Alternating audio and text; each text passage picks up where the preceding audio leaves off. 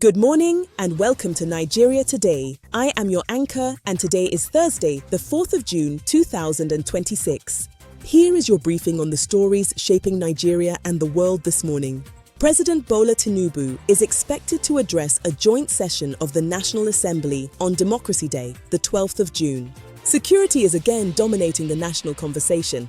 The abduction of the sister and children of former Power Minister Adebayo Adelabu in Ibadan has sent shockwaves across the country.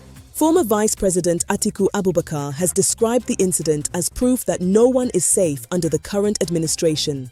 A court in Ondo State has sentenced 4 people to death by hanging for their roles in the 2022 Owo Church attack, a verdict that has been widely welcomed. The Labour movement has issued a strong warning to state governors, cautioning them not to treat the 100,000 naira minimum wage as negotiable. Describing it as a constitutional matter, the Senate has passed a bill to establish a dedicated malaria elimination agency. A new investigation has revealed that Shell pumped oil through a Nigerian pipeline for several years despite evidence of pollution, raising fresh questions about corporate accountability in the Niger Delta. The National Drug Law Enforcement Agency has joined civil society groups in warning against the growing abuse of substances and alcoholic beverages. In party politics, the Accord Party has disowned its earlier flag bearer, Gbenga Olawepo Hashim, and refunded his 50 million naira nomination fee. The ADC leadership crisis continues, with a court fixing the 8th of June for a hearing. Former presidential candidate Datti Baba Ahmed has distanced himself from Labour Party's Peter Obi, insisting he is politically independent. And Delta Senator Ovi Omo-Agege says he endorses Obi for 2027 while still supporting Tinubu's policy direction. 560 Nigerian pilgrims have departed for Saudi Arabia for the 2026 Hajj. The federal government is moving to accelerate the deployment of mini-grids across the country with new operational guidelines, a step aimed at tackling Nigeria's chronic electricity access challenges. Ecobank has launched what it describes as the world's first commercial bank-issued nature bond, a landmark development in sustainable finance on the continent. A landmark development in sustainable finance on the continent. A report indicates that 40% of Nigerians now use cryptocurrency for cross-border transfers, reflecting the growing role of digital assets in everyday financial life. You are advised to verify that figure from a primary financial source before citing it. Capital investments in Nigeria's free trade zones have reached $35 billion, according to available figures. Again, verify this from an official government or investment authority source. The Nigerian Exchange Group has called for deeper integration of the capital market into the country's monetary policy framework. In Lagos, police have arrested suspected cultists and hitmen. The Lagos state government has also announced an expansion of welfare support for retirees.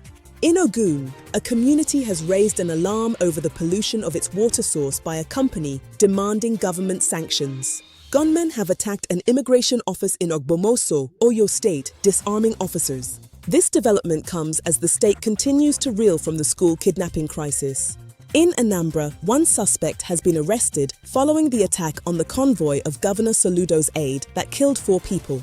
The State Attorney General has also launched a review of land dispute cases to help decongest prisons. In Rivers State, the APC leadership has nullified the party's primary results, deepening the state's political tensions. In Zamfara, kidnappers have abducted polytechnic students, a district head, and others, adding to a worsening security picture in the northwest. In Taraba, many people have been killed in fresh attacks on communities in what residents describe as a deteriorating security situation. In Kwara, the Senate has expressed concern over rising attacks and abductions in the Kwara North region. In Borno, residents have criticized the federal government's response to the abduction of pupils and students in the state. In Kaduna, Governor Uba Sani is facing internal revolt within the APC over the conduct of party primaries ahead of 2027. In Kebbi, the State House of Assembly has elected a new speaker, Dangoje. In the United States, a man has been shot dead by the FBI after taking hostages at a bank in California. Ukrainian drones have struck the Russian city of St. Petersburg as President Vladimir Putin's flagship economic forum opened. In the Middle East, Iranian drone strikes on Kuwait airport have killed one person and injured dozens, a significant escalation in regional tensions. In India, at least 21 people have been killed in a fire in Delhi, with foreign nationals reported among the victims. In the United Kingdom, the Chief of Hampshire Police has apologized to the family of Henry Nowak, describing his arrest footage as very difficult to watch. Nigeria's Super Falcons camp has reached full strength ahead of upcoming friendly matches against Senegal.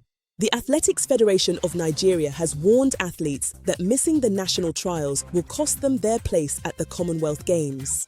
Enugu Rangers players and management have been rewarded with plots of land and 150 million naira following their Nigerian Premier Football League title victory.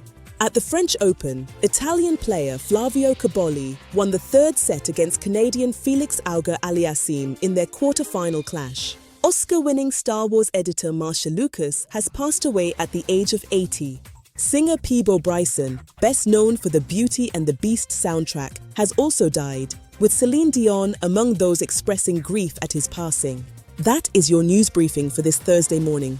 Democracy Day is approaching, security remains the nation's most urgent challenge, and Nigeria's business landscape continues to evolve. Stay informed, stay safe, and good morning.